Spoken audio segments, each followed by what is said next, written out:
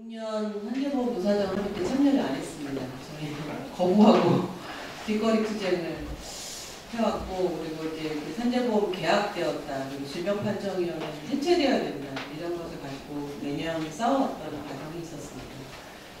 사실 그 생각은 뭐 여전히 유효하고 문제는 앞으로 계속 그것은 뭐 별로 달라질 것 같지는 않은데요.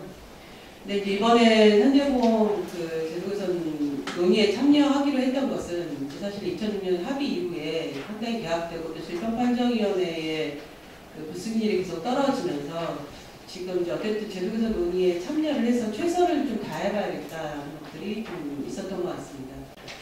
사실 그 TF 회의에 참여를 하면서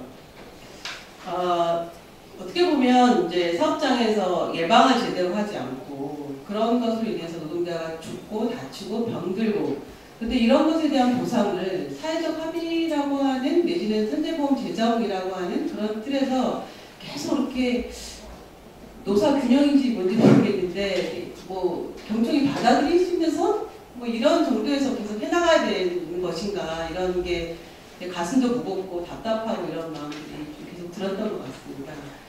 이번에 이제 지난번에 질병판정위원회 제도개선과 관련해서 이제 제도개선이 마무리되고 민주노총 내에서 이렇게 설명하고 단위 간부들한테 설명을 할 때 단위 간부들이 물어보는 질문이 하나였습니다. 이제 개선이 되면 승인율이 올라가는 겁니까? 이렇게 물어봅니다. 자, 답할 수가 없었습니다. 직업병 인정 기준 개정안 나와서 이제 단위에 설명을 하고 지금도 계속 교육 요청이 오고 있는데, 이렇게 개정이 되면 승인율이 올라가는 겁니까? 또다시 물어보시는데 제가 사실은 답하기가 되게 어렵습니다. 물론 이제 제일 그 어려웠던 부분 중에 하나라고 생각되는 것이, 지금 현재 저희들의 그 한국의 직업병 인정 기준이 차지하는 위치는 뭔지, 이게 당연 인정 기준인지 그냥 리스트인지, 아니면 이제 이 인정 기준하고 산재보험법은 어떤 관계인지, 그리고 가장 취약한 노동자라고 생각할 수 있는 뭐 청소노동자 문제라든지 여성노동자 문제라든지 이런 것들은 한국에서 사실 실태조사도 거의 없고, 이런 종합적인 과정 속에서 굉장히 제한적으로 논의가 될 수밖에 없었던 것 같고, 당연히 현장의 현실을 반영하지 못하는 결과로 비교될 수밖에 없었던 것 같습니다. 이제 앞으로의 과제는 이것이 정기적인 논의 구조를 만들어 나가는 것들이 가장 중요하다고 생각이 듭니다. 질병판정위 문제는 앞서 쭉 말씀하셨는데, 민주노총 딱 두 가지만 일단 말씀드리면요. 지금 심의안이 신천인한테 주어지지 않고 있거든요. 회의 들어가서 고소를 할 수 있는데 자선에 아무런 자료도 못 보고 갑니다.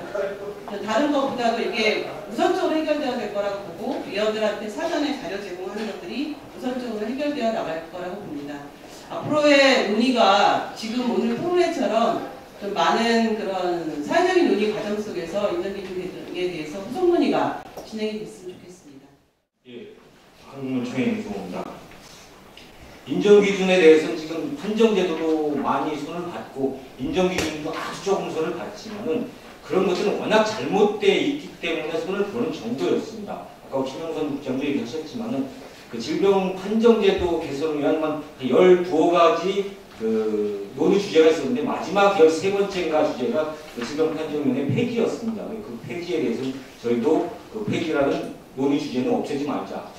왜냐하면 질병판정위원회 개선이, 의미 있는 개선이 이루어지지 않는다면 분명히 폐지돼야 되는 것이 맞기 때문에 2008년도 7월 이전에 근로복지공단이 지사가 자체적으로 판정하는 것보다 더 형편없는 판정이 이루어지고 있다면 차라리 그 당시에 자문의사 제도라든지 구술제도라든지 재조사, 현장 재조사 제도라든지 이런 것들을 손봄으로써 오히려 좀 더 빠른 논의와 좀 더 근로복지공단의 책임 있는 판정이 가능하다면, 지금은 오히려 근로복지공단이 판정위원회 뒤에 숨어있죠.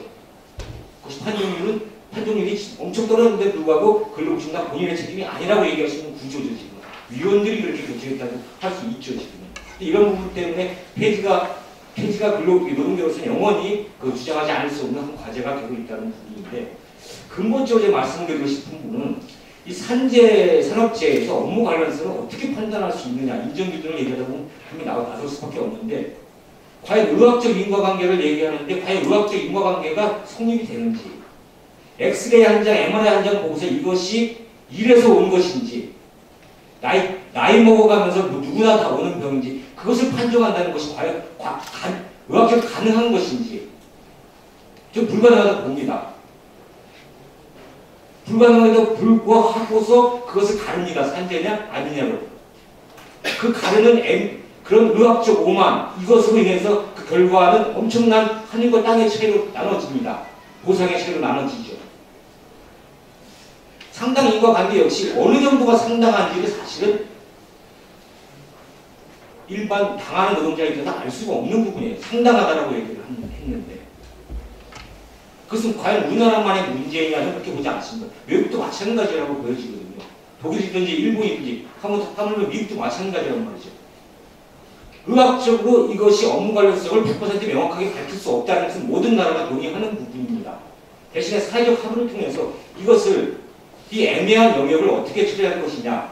중요한 것은 여기서 가장 중요한 것은 그 다친 사람들에 대한 보호는 하자. 그것이 업무 관련성이 있든 없든 간에.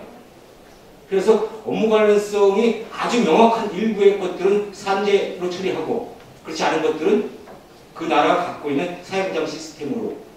그래서 아까 우리 저기 좌장께서 말씀해 계신 건강보험상의 상정수단으로 질병보험의 연금체계로 보호를 해주고 왜냐하면 이것이 업무냐 아니냐는 것을 정확히 구분하기 어렵기 때문에 그래서 명확하게 구분하는데 쓸데없는 행정력이라든지 이런 것을 낭비하지 않고서 좀 애매한 부분들에 대해서는 대부분 사회적 보호를 양 보험 중에 어느 보험으로 맡기고 아주 엄격한 부분에 대해서 이걸 충족시키는 것에 대해서만 산재보험이 부담하자.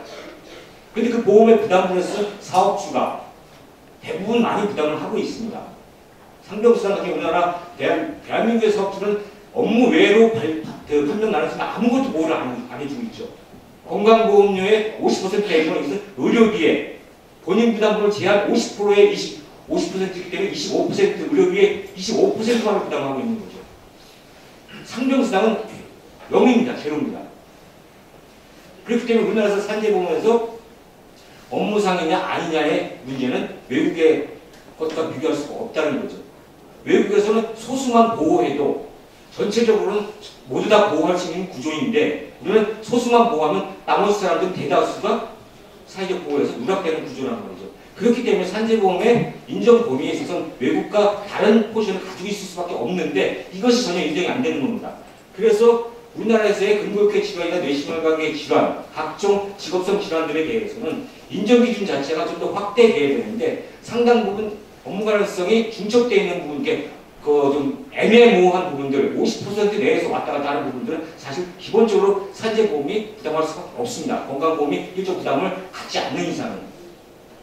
두 번째, 입증 책임 역시 입증을 할 필요가 없기 때문에 입증을 그 과도한 입증을 요구하지 않는 것이 외국의 구조라면 물론 입증하지 않으면 그 고스란히 피해가 본인에게 오는 구조라면 입증 책임에 대해서는 근로복지공단과 사업주가 상당 부분 가져가야 되는 거죠. 반증의 책임으로.